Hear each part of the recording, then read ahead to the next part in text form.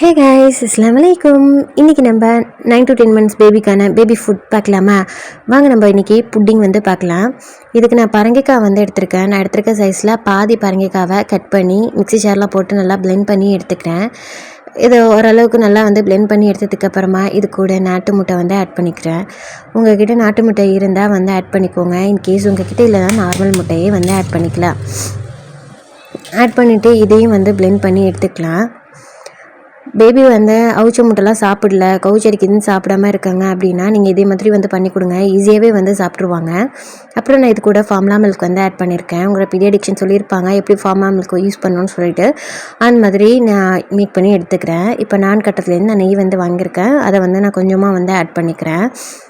இப்போ என் பேபிக்கு வந்து 11 months ஆகுது. ஸோ நான் வந்து கீலாம் வந்து ஸ்டார்ட் பண்ண ஆரம்பிச்சிட்டேன். உங்கள் பேபி வந்து சாப்பிட மாட்டாங்க, நீங்கள் சர்க்கரைலாம் கொடுக்குறீங்க அப்படின்னா நீங்கள் வேணால் ஆட் பண்ணிக்கலாம். நான் வந்து ஆட் பண்ணல. இப்போ இது 10 minutes ஆவியில் வேக வச்சு எடுத்துட்டிங்க அப்படின்னா இந்த மாதிரி சூப்பரான புட்டிங் வந்து ரெடி ஆகிடும். இதுமாதிரி கத்தி வந்து கிளியராக இருக்கான்னு பார்த்துட்டு நீங்கள் பேபிக்கு ஃபீட் பண்ணிக்கலாம்.